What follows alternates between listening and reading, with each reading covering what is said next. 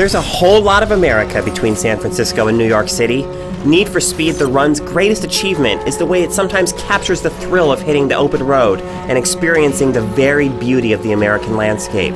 The mountains and the prairies, the skyscrapers and the farmlands. Unfortunately, issues crop up that sap some momentum from your cross-country trek, but the run spends enough time doing what it does best to remain an enjoyable journey. The race is from San Fran to New York. The best racers ever assembled. The purse is $25 million. You play as Jack Rourke, a racer who needs to win a cross-country street race to get out of trouble with the mob. Sadly, the run's attempts to make you care about Jack's plight fall flat. But thankfully, after an early cutscene that sets up the premise, the game spends very little time with its storytelling and lets you focus on driving. Racing in the run feels good. The range of vehicles includes sports cars that respond tightly to your every command, and muscle cars that are tough to tame, but regardless of what you're driving, the run is about balancing speed with control. Sure, you've got highways on which you can gun the throttle and cruise at top speed, but more often than not, you're on stretches of road with some tricky turns. Using your brakes effectively, maintaining a smart racing line, and exiting turns fast is crucial to achieving a good time, and it's exhilarating to put these powerful cars through their paces.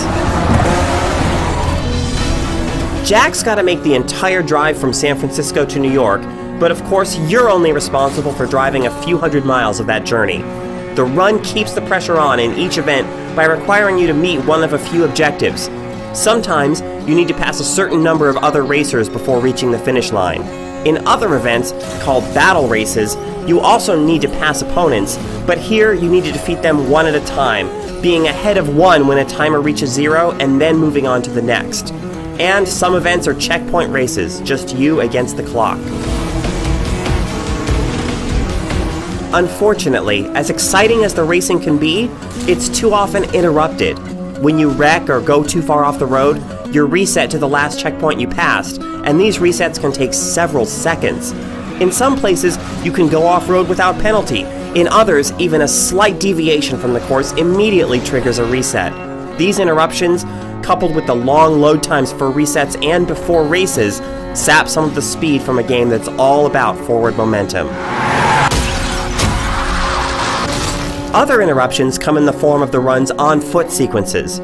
These extended QuickTime events make up a very small part of the game, which is good because they're not much fun. There are also a few sections of the run where you need to worry more about avoiding gunfire from mafia cars and helicopters than about racing effectively. These attempts to bring some Hollywood excitement to the run backfire. It's just not enjoyable swerving constantly to avoid the attacks of your mob pursuers. Your total clocked competitive time driving coast to coast will probably be a little over 2 hours, though that doesn't factor in checkpoint resets and events you fail and need to redo. The auto log makes this process competitive, constantly showing you how you're stacking up against your friends. There's some fun in returning to the run to improve your time, but the game doesn't make the process a welcoming one. You can't jump to individual events. Rather, you need to replay entire stages, which are collections of anywhere from 4 to 7 events. This means you also need to replay any on-foot sequences and rewatch any cutscenes that happen in that stage. It's enough to make the prospect of hitting the road again a lot less attractive.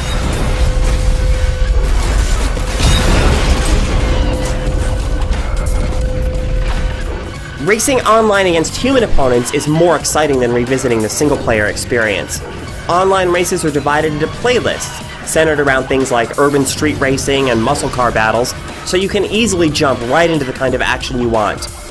Flaws do mar the experience. Your opponent's cars sometimes teleport around the road a bit or appear to fly through the air unrealistically, but it's nonetheless satisfying to leave human players in your dust. It's a shame that the run doesn't deliver more fully on the potential of its premise.